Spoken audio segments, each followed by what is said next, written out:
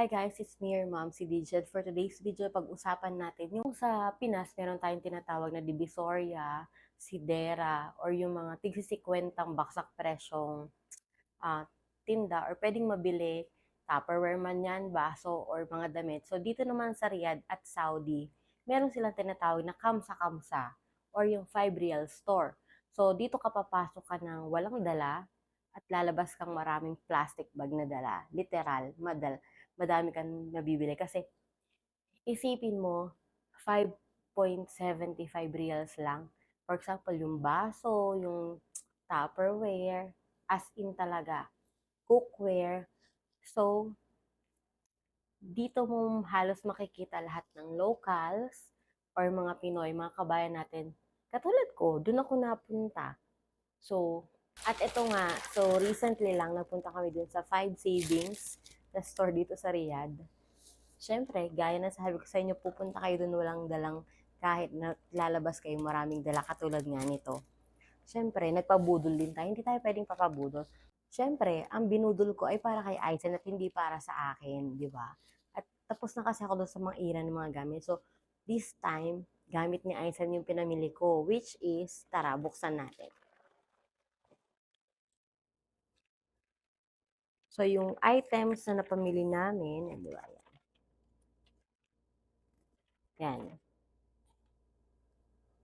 Maikli pa nga to eh. So, ang items sa pamili namin ay 1, 2, 3, 4, 5, 6, 7, 8, 9.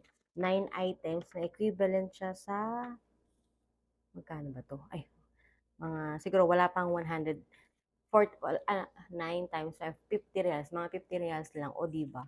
Kung sa mall mo to bibilhin, siguro nasa kulang-kulang 200 reals na yan.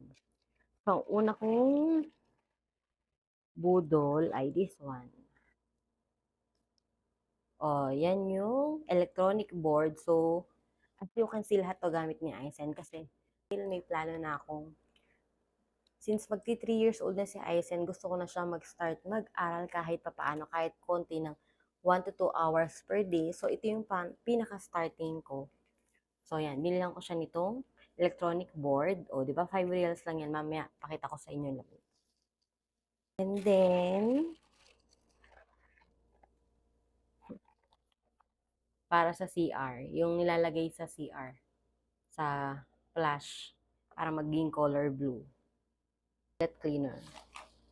And then, paintings for Aizen.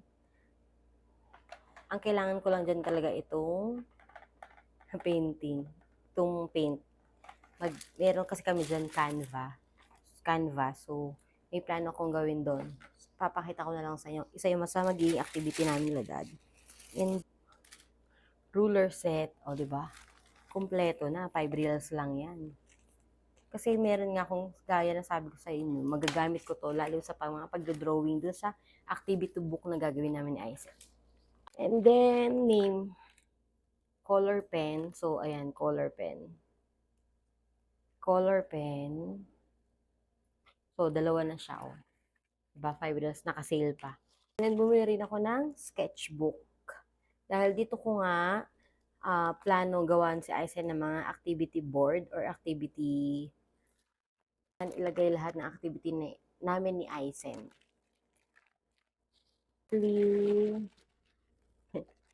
Bond paper. So, wala pa ako nahanap na color paper para mag-cut ng mga activities, pero soon, hahanap din tayo.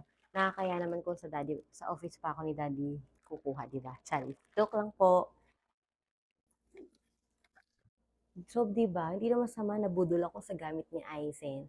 So, anyways, kung sa mall ko to binili, siguro lalampas ko ng 200 reals. Pero since sa kamsa-kamsa tayo namili, inabot lang siya ng 50 real. So, kung gusto nyo i-convert, i-times nyo lang sa 13 pesos, okay? Ay, sa 15 pesos pala.